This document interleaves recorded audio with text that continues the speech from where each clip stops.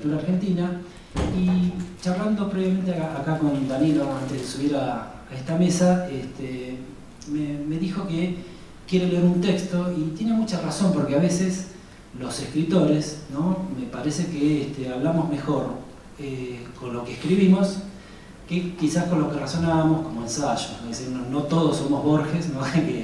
que se la pasaban ensayando literatura y escribiendo literatura. Y a mí estoy totalmente de acuerdo que a veces la literatura o la ficción son excelentes conductores de la reflexión literaria, social, política y cultural. Así que empieza Danilo, y después le voy a preguntar al resto cuál es la relación de ellos con las tradiciones y la diversidad. Danilo va a empezar leyendo un relato que se llama La contadora y el pianista.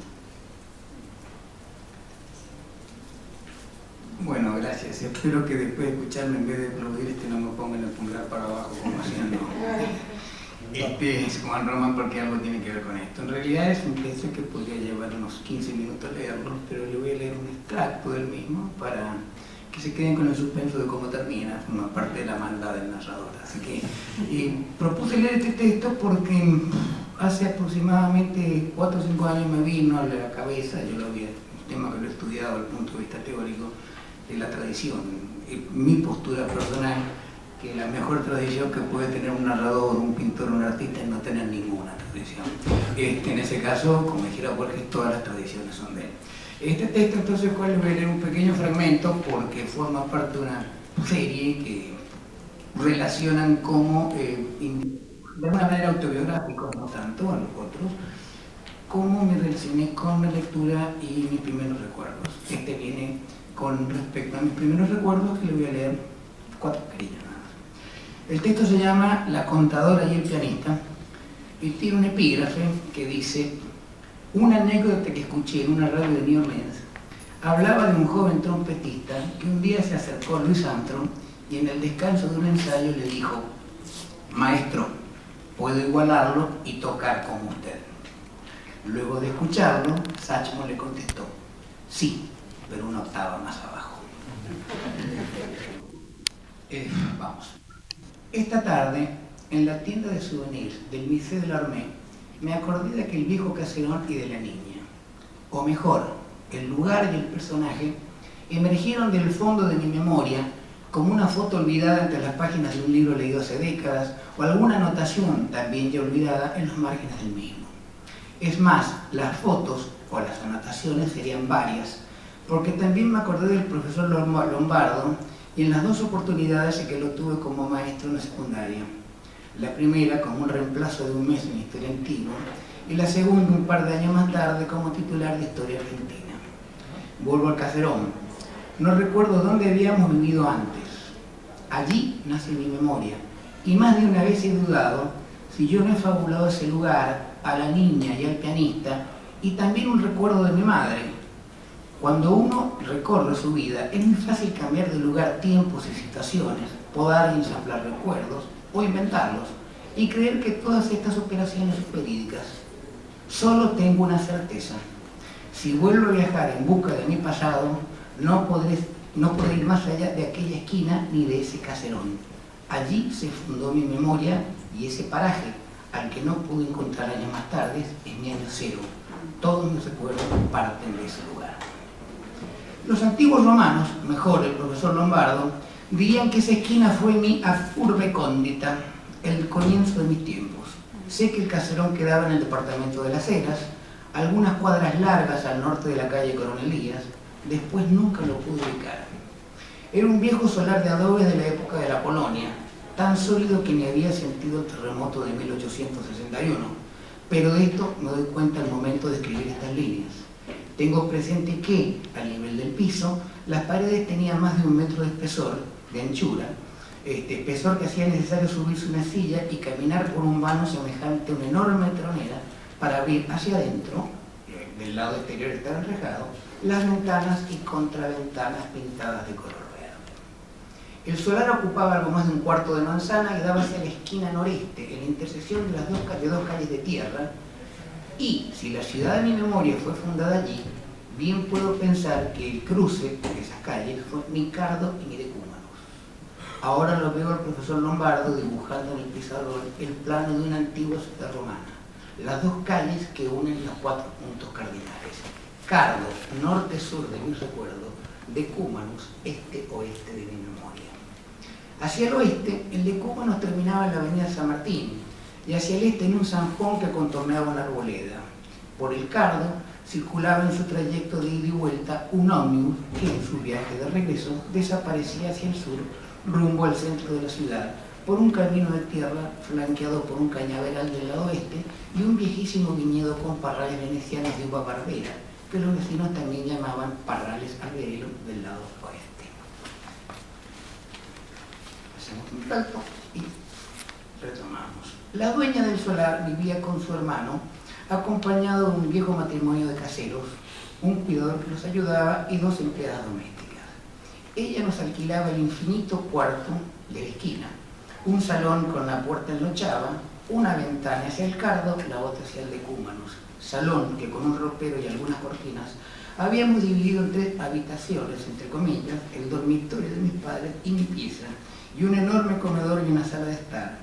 Y digo infinito porque sobraba espacio para otra familia igual a la nuestra. La llamaban y se hacía llamar la niña, hipocorístico que certificaba su soltería, pero no coincidía con su rostro lleno de arrugas ni con su voz cascada. La niña se jactaba de ser descendiente de una de las familias más linajudas de la provincia, los Corbalán y otros 2 apellidos que mi padre ni yo recordamos jamás, de cuyos bienes relictos éramos los inquilinos. Al poco tiempo de instalados en la pieza, la niña se encariñó con mi madre, se apeó de su alcurnia y empezó a visitarnos por las tardes para comenzar, mientras mi madre cosía para los vecinos, a los que les arreglaba la ropa o les hacía camisas. Ella era una narradora sin par, una contadora, como se llamaba en la provincia, a los dotados con esa gracia. Fue una situación coloquial perfecta, una contadora sin auditorio y una trabajadora manual que, sin interrumpir la tarea, podía escuchar sus historias. Escribo estos recuerdos y me acuerdo de otra historia de otra época, la de los armadores de habano en la Cuba del siglo XIX, que le pagaban a un compañero para que, en vez de hacer su trabajo, le leyera novelas para amenizar la jornada laboral. De ahí el nombre de algunos habanos: Sancho Panza, Montecristo o Romeo y Julieta. Otro tanto pasaba con la niña, solo que el pago por sus historias ya estaba incluido en el alquiler. Era un ritual lento y moroso verla llegar. La precedía una empleada tan vieja como ella, que parecía ser su abuela y que traía los utensilios, los menesteres para el mate, y se retiraba. La hierbera azucarera, un cajoncito rectangular de madera del garrobo con 2 compartimientos simétricos de tapas vaculantes, cada uno con su cucharita de asta braquillada en forma de cilindro cortado a lo largo con una base redondeada y mango de plata en la otra. Cucharitas que eran iguales, pero un poco más chicas, a las poruñas que los almaceneros usaban para colocar en la balanza todo lo que se vendía a granel. Recuerdo el azúcar, las lentejas, el arroz. El pesado de mate de plata con su trípode incorporado y la bombilla también de plata, el bracerito de hierro forjado con una tan abollada como roñosa tetera, totalmente tiznada, menos el pico y la tapa, que competían en esplendor y reflejos con el mate y la bombilla, que contrastaban con el resto del equipo resplandeciente como una antena, y la servilleta granada. Anticipándose a cualquier comentario, la niña repetía que teteras y sartenes solo se deben limpiar en la parte donde se usan, porque la roña y el tizne ayudan a conservar la calor, porque el agua caliente de una tetera nueva no es lo mismo que la de esta. Como si fuera un tapiz, aquella Penélope Cuyana nos contaba algunas de sus historias tejidas y destejidas. Todas empezaban en el mismo punto de partida y hablaban siempre de aquella tan esfumada como bella antepasada que cautivó a más de un oficial de granadero del incipiente ejército de los Andes y al que solo la rígida disciplina que el general San Martín había impuesto en materia de duelos. La niña juraba y rejuraba que el general y su esposa habían frecuentado los árabes de aquel solar. Disciplina, repito, evitó que la beldad de su remota ascendente fuera trágica. No recuerdo que su relato tuviera fin ni qué pasó con la bella. Sí que por las noches, al oír las historias que le repetían con mi madre, mi padre, incrédulo, se llevaba el índice derecho a la sien con una pequeña sonrisa. Pero una siesta, las historias de nuestra Cheresade Cuyana suaves ondas de voz cascada, pero de un español suntuoso y veteado regionalismo, fueron el sésamo, ábrete, mejor, un no quieren ver el salón.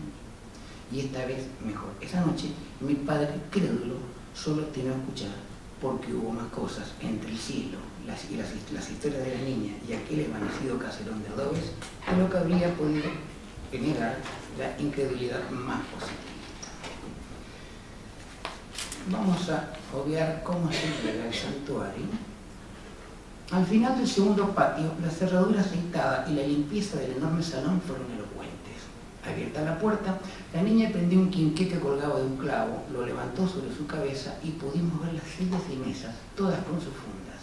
Descubrí algunas para mostrarnos los pesados muebles fraileros que ella, de nuevo lo juró, habían sido traídos del Perú por troperos con sus alas de mula.